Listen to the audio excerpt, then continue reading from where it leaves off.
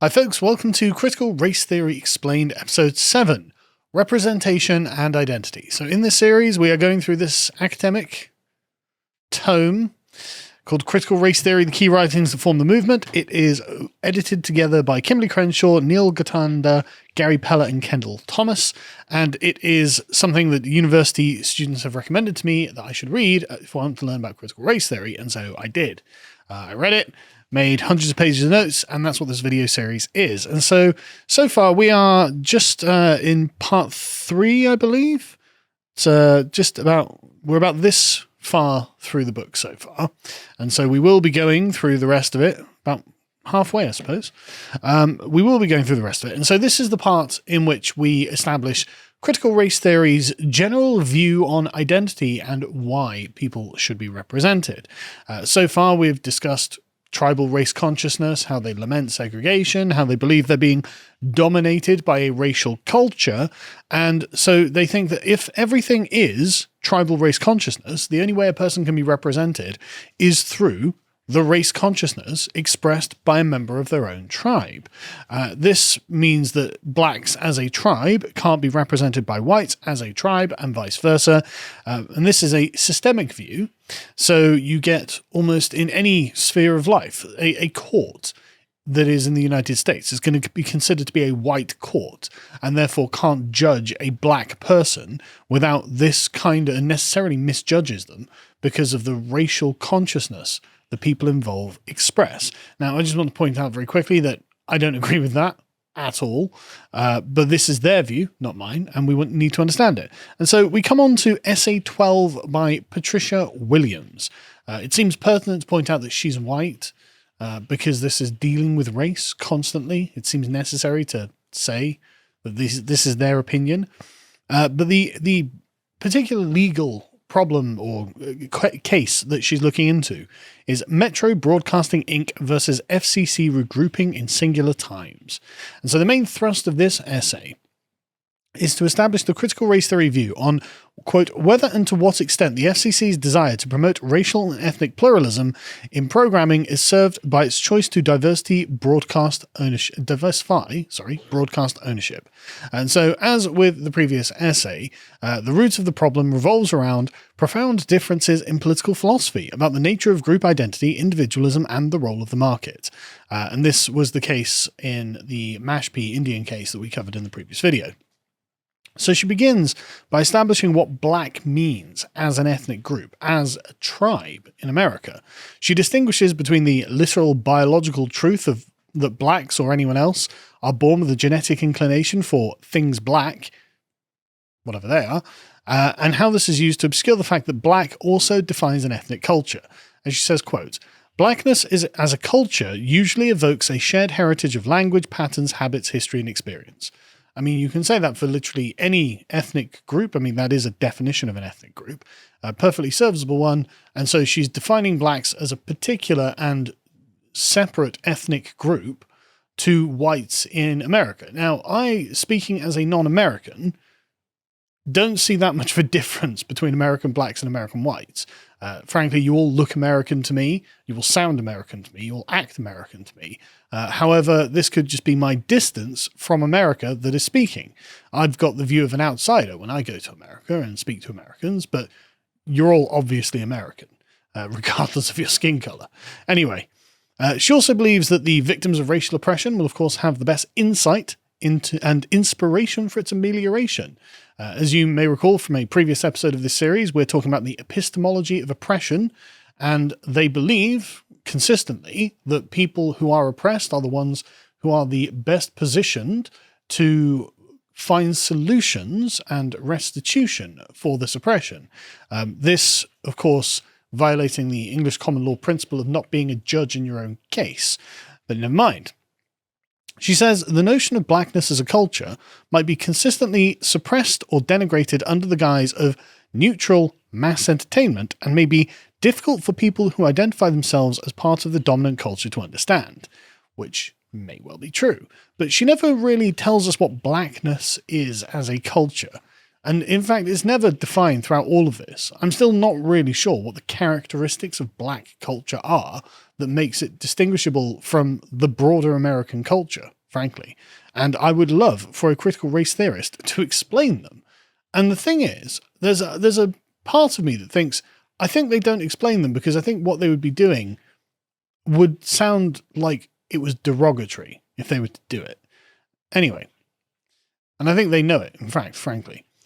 Williams contrasts this blackness with whiteness as a culture, and whiteness as a cultural phenomenon the critical race theorists have no problem defining and are very quick to do. In her view, though, it is not immediately apparent, as many people do not agree that there is a white culture or cannot outline its shape and contours, and these are vague or even negatively discerned. Now, when they say white, what they mean is the culture of the European heritage, the English heritage of the United States. This is a culture that most outsiders just call Americanism, Americanness. This is what it is to be an American. But Patricia feels that the black community in America don't partake or share in this Americanness, and they are somehow distinct, even though they refuse to define in what way they are distinct. To be honest with you, I don't personally see much of a distinction. There is, subculture of black and blackness, but I wouldn't say that it wasn't American. It's very clearly a product of Americanism. But anyway, she says, for many Americans who are within this culture and perceive minority cultures as peripheral, the realization that there exists a culture of whiteness is rare. Again, this is just Americanness to most people. And it's not, and when she says whiteness, that makes it sound like it is racially exclusive, but it's not racially exclusive. And you'll find Vice articles saying, well, we need to talk about multiracial whiteness and stuff like that. And it's like, okay, but that's using the term white is somewhat of a misnomer. It would be more sensible to either use the ethnic heritage, which is the English heritage of America, or define it as its own thing, which is Americanness. Americanness being a very incorporative identity means that it's frankly available to almost anyone on earth who wants to claim it. And this is one of the proud moral virtues, frankly, of the American system and the American project as a propositional nation. So to define it as white makes it sound exclusionary when actually it's incorporative. Anyway, Williams speaks to this and says the assimilationist national mythology of America is what prevents white Americans from seeing themselves as a distinct ethnic group. As we mentioned, she's white. She says, quote, we frequently suppress, if not undo, the richness of our diversity by reconceptualizing any manifestation of it as a kind of un-American disunity. But of course, as we said, America is a propositional nation, as in to be an American, you have to hold a certain set of beliefs.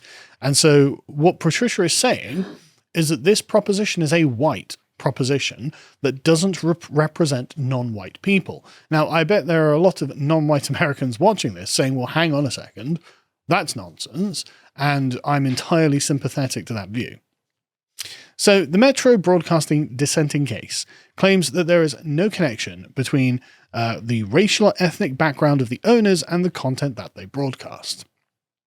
She is skeptical of this and attacks this position. But I mean, maybe in the 90s there would have been something to this, but now I think that we can safely say that we have lots of representation and diversity all around us. And to be honest with you, when I was growing up, like watching Hollywood movies, it wasn't something I was conscious of, but looking back, I mean, I can't really think of any Hollywood movies I watched that were ethnically homogenous, should we say? I can just list off a bunch of my favorite movies, like Aliens, Predator, Predator 2, like a bunch of, like, all the action films, all of the good films of the sort of 80s and 90s. There was always a racially diverse cast. This wasn't something that was ever noteworthy. It was just a fact of life because America was like that.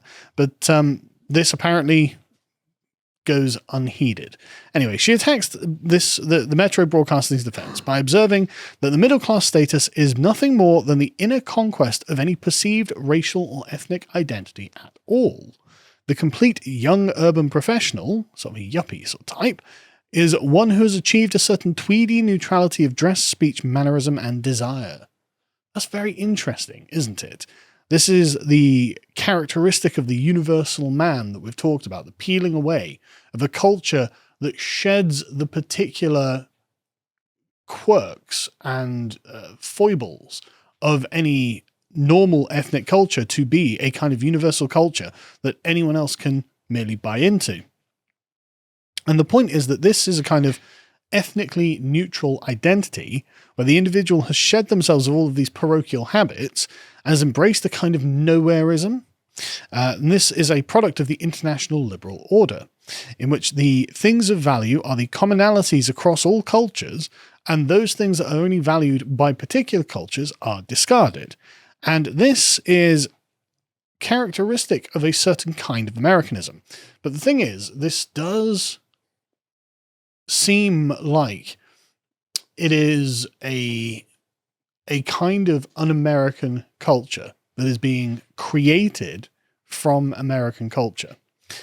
But anyway, she moves on to lay out her theory of identity. And this is actually quite interesting. Now, this tome is full of various philosophical theories on various different subjects, and I will do a full video talking about these in detail on lotusseeds.com. So if you'd like to see that, go and sign up. But her view of identity is quite interesting. She says, identity is not an expression of individuality, it is rather a fashion, a collective aesthetic, a species of mass behavior wrapped in the discourse of self-interest. That seems to have some dire implications for the respect my pronouns crowd, doesn't it? Fundamentally, this would make identity something that is basically extrinsic. It is, as she says, a fashion that we buy into. This does quite a lot of damage to the current social justice narrative that would assert that people are being their authentic selves when they demand you use their particular personal pronouns. If identity is a collective aesthetic, a fashion that we buy into, then they are just saying, I want you to respect my latest sneakers. I'm wearing really fashionable clothes. Aren't you impressed? And I'm finding myself very sympathetic to what she's saying here and in this characterization, frankly. It does seem like that is a fashion rather than some kind of deeply held authenticity. And so what the critical race theorists here are saying is that each person's identity is essentially a bourgeois phenomenon, where they are dependent on living in the minds of others, and we are invested in these social webs rather than living in their own opinions. She thinks that our deeply embedded notion of the rational market actor has become normalized, and we seem to have lost the ability to see it as such. You must remember that the critical race theorists are basically all communists. And so the notion of the rational market actor is a core view of the classical liberal view of the world. And so the Marxists look at that and say, well, that's not us. And so recognize this. And this is the Western or English-speaking individualist ideology within which we live. She continues, nor is this identity really racially or ethnically neutral. For all of the brilliant cultural mixtures in art, film, and music which America has given the world, middle and upper classness remains deeply steeped in Western European traditions and dominated by strong Protestant values. Remains steeped in Englishness, is what she's saying. This is the English heritage of the United States that she is appealing to here. This is a kind of unspoken cultural hegemony that dominates American output, and she is saying that the dominance of this particular identity is also a form of social hegemony and is in some way oppressive to those other cultures. So Americanness is kind of oppressing the non-American cultures that reside in the United States. The entryway into this conversation is using the black community because, of course, the unique historical circumstances of the black community were not by consent. And so this is something that has been imposed upon them as she sees it. But the thing is, it also opens the door to suggest that, well, any culture that moves to the United States has got as equal a claim to be represented in all aspects as the English culture that the United States is built upon. And so this means that you could be demanding Indian representation on American TV, which would seem strange and sound rather colonial, actually. As a Brit, we know one or two things about this, and that's definitely something that I think that Americans should be slightly skeptical of. She carries on. Even assuming that the profit-seeking behavior explains all, or that materialism itself is a kind of culture, if the United States is to be anything more than a loose society of mercenaries, then it must recognize that other forms of group culture and identity exist. Now, that's true, but the thing is, it also must recognize that Americanness and Americanism should be privileged in the United States, or else it will end up becoming merely a loose society of mercenaries that frankly form their own cultural bands. Because she's complaining that, well, the white culture of the United States is individualistic and atomizing, and so these people will have nothing to hold them together. But the thing is, that's not true. America has historically always had a very strong civic society, as all of the English-speaking world has, and it is only with the introduction of this kind of multiculturalism that you end up with a lack of integration and the kind of armed camps of different cultures who are defending their own boundaries and borders, rather than integrating and actually joining the great mass of American society. I don't think she's right here. This prediction is one that aged poorly, and it also stigmatizes what it is to be an American as inherently oppressive. And I think that's kind of unfair. I mean, this is why we've arrived at the point where teachers are teaching white students that they're inherently evil because they're white. I mean, that's awful, isn't it?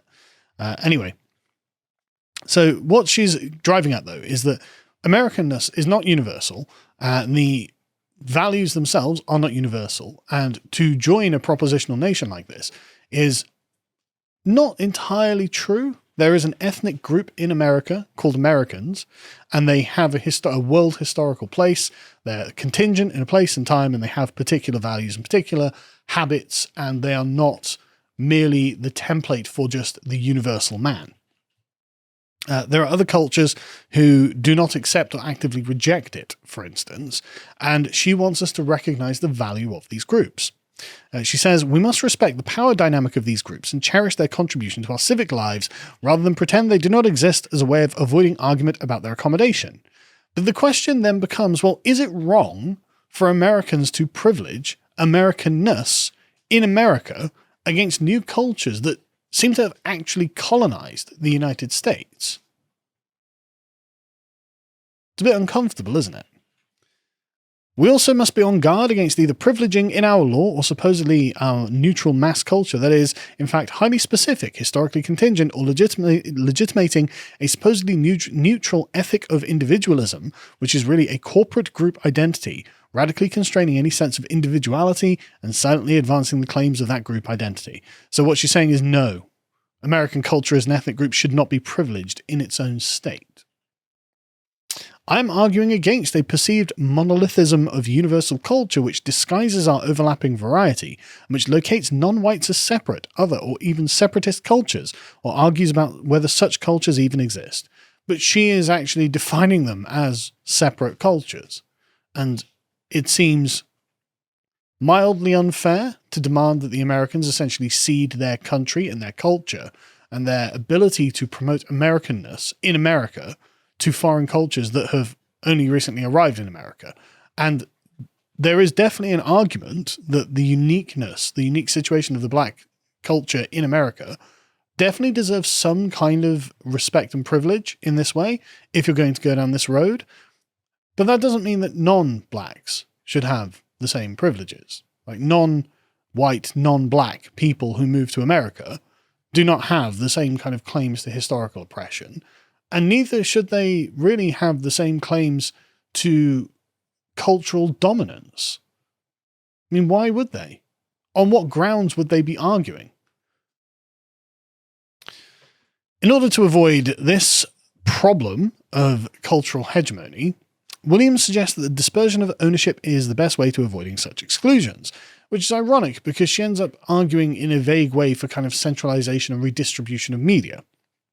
The property of the communications industry is about the production of ideas, images, and cultural representations, but also selectively silences as it creates, as in the silenced people are the people who are not represented and do not get their share of cultural produce with the dominant American group. And when they do, They are packaged in a different kind of skin, she says. Williams gives the example of The Cosby Show, representing a portrayal of blacks costumed in cultural whiteface. What a gross, gross way of describing anything. As if black people can't be middle-class Americans, because to be a middle-class American is to be white, in Williams' view. And therefore, these blacks are wearing whiteface. They're pretending to be white.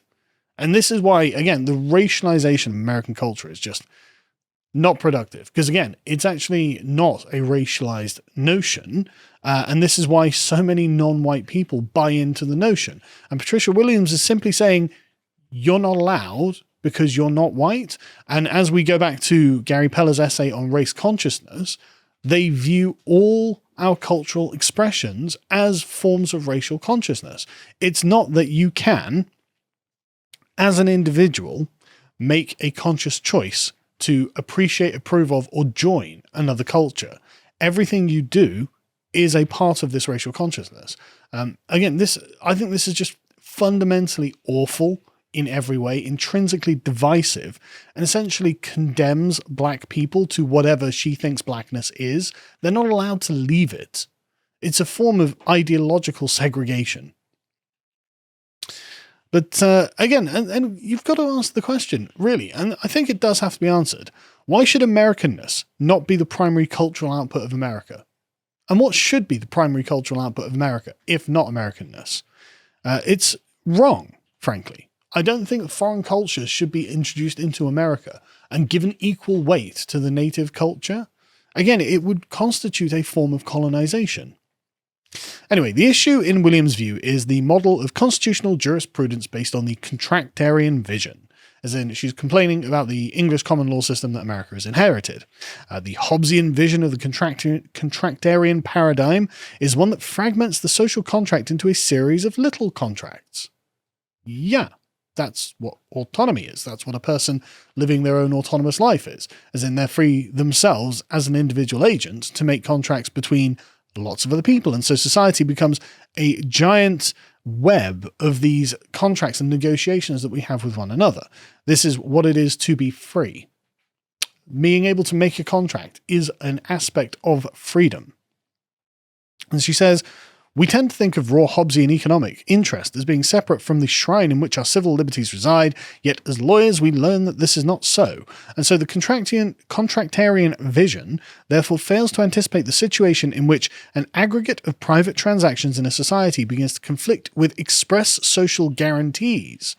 Those express protections or ideals are robbed of their force of law as they become situated as external with implicit inference. So these social guarantees include, in Williams' view, media representation for black people and for foreigners who have come to the United States to replicate their home cultures. And I'm not sure that I agree with that. I don't know if there is a social guarantee. And because what she's saying is, well, look, if you have a dominant group of Americans who are primarily white, but not exclusively white, and she is going to describe as simply white culture, then they are naturally going to reproduce their media, and they are going to, through just the aggregate of private transactions, live and express themselves. And this is not going to amplify the voices of those people who are, in their words, marginalized. But it seems normal and sensible and logical and inevitable that if a small group of one ethnic group moves to another society, that they will be on the margins of that society. Why would you not be? And how could it be any other way? And if it was some other way, it would take on a distinctly aristocratic tone. It would look like a ruling group preaching down to the vast majority of others who don't therefore get representation. I mean, it's distinctly anti-democratic in its essence, in my opinion. And of course, the very nature of English common law prohibits this kind of centralized property organization and permits decentralized ownership. So they're trapped inside a paradigm that they've inherited, that they would just call white, that means that the people in charge can't simply appropriate all property and redistribute it how they please. So anyway, this system in which they're trapped means that there is no way for blacks to get, or other non-whites as well, to get their own media representation. Now, that's not true. That assumes that these people have no virtues. They would have no reason to wish to put these people up. And of course, this was before the advent of the internet as well. The internet being probably the greatest liberating force in this regard. I mean, you can find, innumerable podcasts that are black people talking to black people about black issues, and every other ethnic group under the sun doing exactly the same. And so perhaps she would recant this position somewhat now. But given the way that we see affirmative action being promoted everywhere all the time now, I don't think that she would. She moves on to her proposed affirmative action solutions. These should be expansionary rather than substitutional, favouring multiple cultures. Why should Americans favour non-American culture? I just can't fathom for the life of me why that should be allowed. And we've seen that it's not expansionary. We've seen that there have been, executives who have had to resign because they're white. There have been legal cases, I think in this country, and I think probably also in America, that have been about discrimination against white people for being white because, in their view, they're essentially occupying a position a non-white person could occupy. And by this argument, how could any critical race theorist who is also white justify their own position and not admit, well, yeah, I should probably abscond and allow a non-white person to be represented in what I do? She also seems to, at this point, have unconsciously shifted away from privately owned media firms to government production without explicitly stating it. And she's, of course, included literally every culture, not just black culture. So black culture was the thin edge of the wedge that then opens up to America essentially being subject to any other culture in the world that comes to America and demands representation. Many blacks, of course, do not want to be the recipients of affirmative action. Sensibly so. Why would anyone want to be the recipient of affirmative action? Because it's demeaning. It seems to be an admission from the person demanding affirmative action that, in fact, you're not competent or capable. You are somehow, as she says, inferior.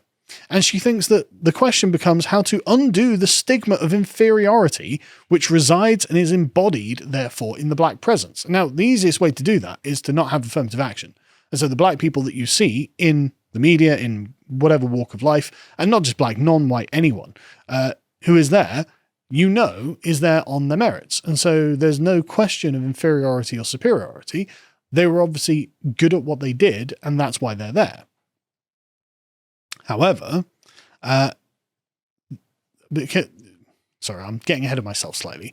So she thinks that people will think that blacks are less capable because they had to be artificially raised to positions of influence. And this, in a culture that values meritocracy, as they would say, it seems there's no way of undoing this stigma because it seems to be an intrinsic part of what affirmative action is. Whatever the group that is being singled out for special treatment is going to adopt the stigma. I mean, it's the same with like affirmative action for women's groups in the Labour Party. In my country, the Conservative Party doesn't have all women shortlists. They've had 2 female prime ministers. The Labour Party, their opposition, does have all female shortlists to elect their MPs, and yet they've never even had a female party leader, let alone a female prime minister. Make of that what you will, but it seems that meritocracy actually allows a path for those people who are capable and competent to arrive at the forefront. The only way, therefore, seems to be to encourage blacks to compete against whites on a level playing field. But the thing is, and this is not my opinion, the critical race theorists think that this will deprive blacks of success. I don't really want on YouTube to explore the assumption that underpins that, but I think you can see what they're saying. Also, it doesn't seem to be true. I mean, in my lifetime, there have always been blacks represented on television and movies and in music and wherever else to some degree. Like, it's never been something that has been absent. But anyway, Williams, therefore, because she doesn't think that blacks will get representation without affirmative action, thinks that an egalitarian society cannot be achieved or maintained through race neutrality. Low opinion. Anti-discrimination must be a commitment to undo not merely the words of forced division, but also the consequences of oppressive acts. She accepts that it will be felt as unnatural and extremely unsettling to the status quo of white people, as in I mean, this goes against all of their cherished values, frankly, to treat people not as individuals, but as, in fact, a component of a racial group, and then to abandon meritocracy and just select them because of what they are, their intrinsic characteristic, rather than any kind of agency that they have demonstrated. It will be extremely unsettling. One might say oppressive to those people, but she believes it will end up like a glass full of soap bubbles, all with shifting and permeable boundaries, expanding and contracting, but unable to describe themselves as all the same. I don't know if soap bubbles do have permeable boundaries, but this to her is a guarantee of equal opportunity, which is about accommodating the living, shifting fortunes of those who are differently situated. Critical race theory, therefore, is built on equality of opportunity and, in part, built on equality of opportunity. But this goes further than the standard interrogation of the concept and into equality of outcome, meaning that equality of opportunity and equality of outcome kind of synchronize into, well, we have to begin at the same place, or else it becomes justified to engage in affirmative action. We can also, of course, and she takes a very genteel way of approaching this, which, again, when you're in academia writing a paper seems fine, but when you're in the real world and the rest of your movement is about stigmatizing white people for being white and pathologizing black people for being black and saying, well, you're just victims of systemic, historical, contingent circumstances, and therefore you can't do anything but accept your privilege or accept your oppression, well, it moves the discourse into a frame that is hostile, shall we say? And so we can look around and say, well, look, it hasn't been merely an expansion of these things. Because, I mean, obviously resources are limited, so some people will have to lose out at the expense of others who are being promoted artificially because of their race. But also, we can just look around at the world and see that the gentle view of this expansion of representation has metastasized into a fairly widespread and deeply held hatred of American whites and American culture. You don't have to scratch the surface of any intersectional to find them saying, well, America is an evil, racist, white supremacist, colonialist project and has to be destroyed. So I don't think that this is something that can be adequately avoided. I think Patricia Williams, if she were to try and dodge this, would simply be being dishonest. And I think that, I mean, a lot of them would simply double down and say, well, it's justified. We're allowed to hate you. It's good that we hate you. And it's like, look, I don't think fomenting race hatred is a good idea. I don't think telling the Americans they have to be essentially displaced in their own country is a good idea. And I don't think telling black people they're inherently inferior is a good idea. But these are all things that Patricia Williams and the critical race theorists support, which is just another reason why critical race theory is evil. Anyway, I'll see you in the next installment of this.